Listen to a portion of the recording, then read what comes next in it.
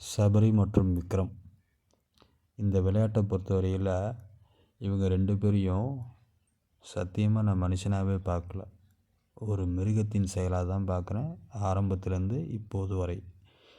ஏன்னா இவரது எண்ணமும் சிந்தனையும் இவரது விளையாட்டு திறமையும் மிக கேவலமாக இருக்கும்.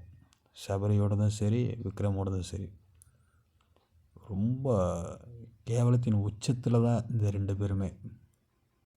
அடுத்து ஆர்ஆர்ஓ. இவங்கெல்லாம் டிக்கெட்டு பின்னால் ஜெயிச்சிருக்காங்க. சரி, டாஸ்க் விளாண்டு ஜெயித்தாங்க. அந்த டாஸ்க் விளாட்ற இடத்துக்கு அவங்கள கொண்டு வந்திருக்காங்கன்னா பிக் பாஸ் தான். அவங்களோட ஒரு சில வாரம் வெளியேற வேண்டிய சுச்சுவேஷன் இருந்தப்போ பிக் பாஸ் வேணுக்கும்னே அவங்கள காப்பாற்றினாங்க அப்படின்னு தான் சொல்லணும். அதுக்கடுத்து கானா வினோத். இவர் ஸ்டார்டிங்லேருந்து ஓட்டிங்கில் பார்த்திங்கன்னா ஓரளவுக்கு டாப்பில் தான் வந்துட்டுருக்கிறாப்புல.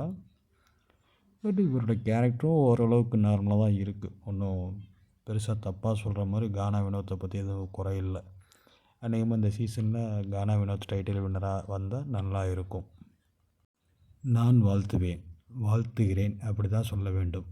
அடுத்து நடிப்பு அறைக்கு சாண்ட்ரா. சத்தியமாக சொல்கிறேன், இதுக்கு மேலே இவங்க இன்னும் எத்தனை படம், எத்தனை நாடகம், எத்தனை ஷோஸு என்ன பண்ணாலுமே இவங்க இனிமேல் இவங்க வாழ்க்கையில் கண்டிப்பாக ஒரு நல்ல நிலைமைக்கு வர்றதுக்கு வாய்ப்புகள் கிடையாது. ஏன்னா ஒரு பொண்ணோட சாபம், பாவம் அந்த பொண்ணு நல்ல பொண்ணு, அந்த பொண்ணோட சாபம் சும்மா விடாது. இந்த சாபம் விஜய் சேதுபதி, பிக் பாஸு, பிரஜன், இவரது கணவர் பிரஜனுக்கும் பொருந்தும். ஏன்னா இவரது கணவன் கொடுத்த டார்ச்சர்னால தான் இந்த 2 வெளியேற்றம் நடந்திருக்கும். கண்டிப்பாக அதுதான் உண்மை. அடுத்த டெக்கோரம் திவ்யா. டெக்கோரம் என்ற வார்த்தைக்கு தகுதி இல்லாதவர் தான் இந்த கேடுகட்ட திவ்யா. திவ்யா வாயை திறந்தாலே கெட்ட வார்த்தை தான் அதிகம் பேசுகிறார். இந்த சீசனில் இந்த திவ்யாவுக்கு தான் பிக் பாஸு அதிகமாக பீப் போட்டிருக்காங்க. ஒரு பெண் கெட்ட வார்த்தை பேசுகிறது ரொம்ப சகஜமாகிடுச்சு இந்த ஷோவில். கேவலத்தின் உச்சத்தில் திவ்யா. வாயை திறந்தாலே கெட்ட வார்த்தை தான். இவரெல்லாம் எதுக்கு டெக்கோரமை பற்றி பேசுகிறாருன்னு தெரியல. Waste fellow Divya.